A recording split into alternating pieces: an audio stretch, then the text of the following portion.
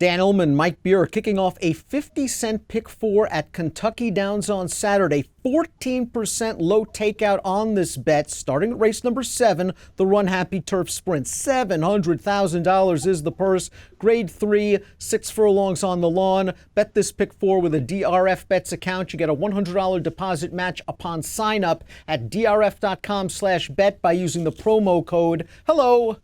Here's the field for the Runhappy Turf Sprint. Some really good turf sprinters in this race. We'll take this field in post-position order, beginning with Wet Your Whistle, who won 4 in a row before running into Leinster, who's also in this spot, most recently up at Saratoga. And I have to admit, you liked Leinster, I liked Wet Your Whistle in the Troy, and one of us was right. We turn into the stretch, and Wet Your Whistle is just outside and kind of one-paced, was outside all the way throughout. Leinster has just been a completely different horse since being cut back on the turf. Runs by some nice ones on the outside. Yeah, Leinster ran really well in this race. He had the run of the race in here. You knew there was going to be pace in front of him. He got a really good trip, and he just closed it down late with another.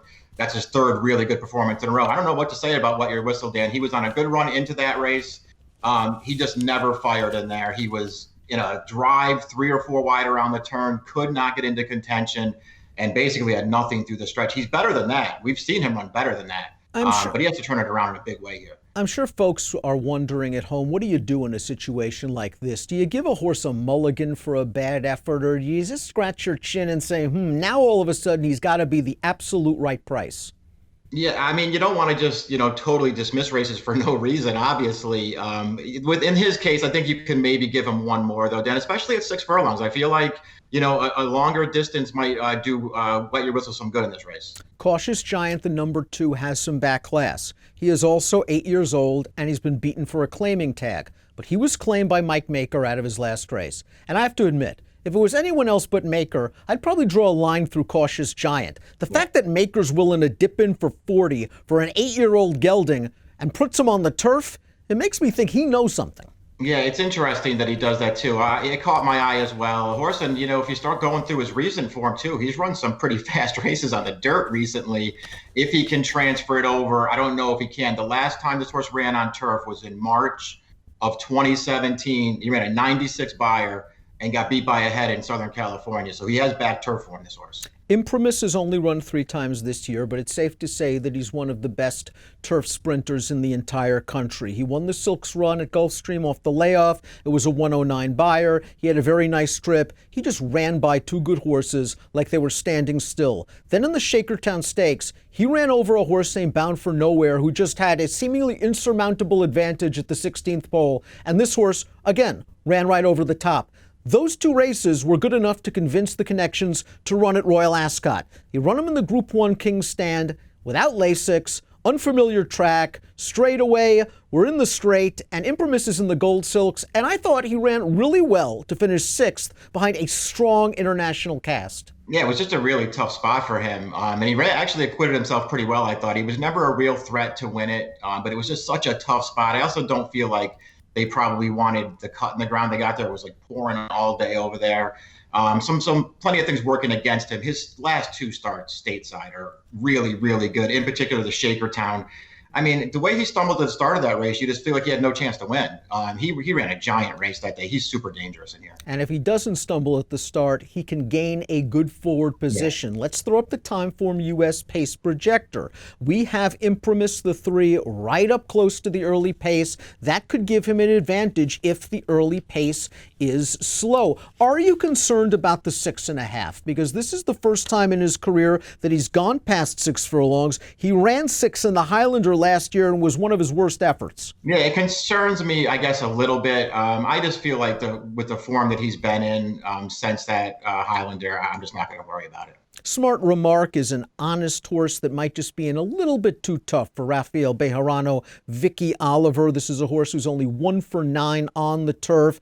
He's okay, but he probably needs a lot of things to go his way to upset this field. Yeah, he's 1 for 9 on turf. That one win came in his career debut over 2 years ago. He hasn't won the turf since then. I can't like him in this race. Undrafted is 9 years old, and he's probably lost a step or 2 from when he was winning races like the Jaipur in 2014. 14, but he still kicks on occasion if you give him some pace. Let's watch his last race. They shipped him out to Del Mar for the Green Flash. Stormy Liberal is also in this race, so we're going to talk about Stormy Liberal in a bit. Stormy Liberal is in second. They're chasing those sharp winner, Mr. Vargas in vain. And here's Undrafted, picking up some horses late. He's going to appreciate stretching out to this distance. Yeah, he still finishes gamely. This distance is good for him. He's not as good as he used to be, but he still puts in a run. Stormy Liberal, I don't know what to say about his performance. They just couldn't quicken when it was time to start running, and he was disappointing again. Let's talk about White Flag, because I think he's a sleeper in here for Christophe Clement. Last time out, the Grade 1 Highlander, he gets beat by Wet Your Whistle, but this was his first race in 6.5 months, and I think he will benefit from the outing. Let's turn into the stretch of the Highlander. Again, Wet Your Whistle will win this race. The number 8 in here is White Flag, and we see him kind of just punching along evenly in the red and black silks in behind the horse in the gold cap. Coming to the outside, finishes with a little bit of run, never really threatening the winner, but I think, again, off the layoff, it was a good building block. Yeah, I don't think he ran poorly at all here. He can take a step forward off of it. I think what you really like about him in this race is I'm not sure he's as good as some of like the top horses in here, but the distance is great for him. I think 6 to 7 furlong turf sprints are great for him, and he ran really well in this race last year. The 7 Jazzy Times, the 9 Totally Boss come out of a common race at Ellis Park. It was the local prep for this race, and both horses ran very well. I thought Jazzy Times did some pretty nice running in here. It was a pace meltdown as we swing into the stretch. We're going 5.5 furlongs. They went hot and heavy on the lead, and swinging wide and striking the front right now is Jazzy Times. But Mike, wasn't the last run the best run in this race? I know he's got a clear lead, but here comes the boss, Totally Boss. Yeah, he did get the right ride in this, because I think you're right. It was the last run that made the difference. And Totally Boss just got a great ride in this race. He just took him back right from the start, kept him on hold for as long as he could, and then just turned him loose late. I really liked the performance from him. But Jazzy Times, you know what? He probably ran equally as well. We saw Leinster winning the Troy with a 1:08 Buyer's speed figure, 5.5 in a minute and 1. You liked him that day. He is now 3 for 3 in one-turn turf sprints. Was last time the time to have him?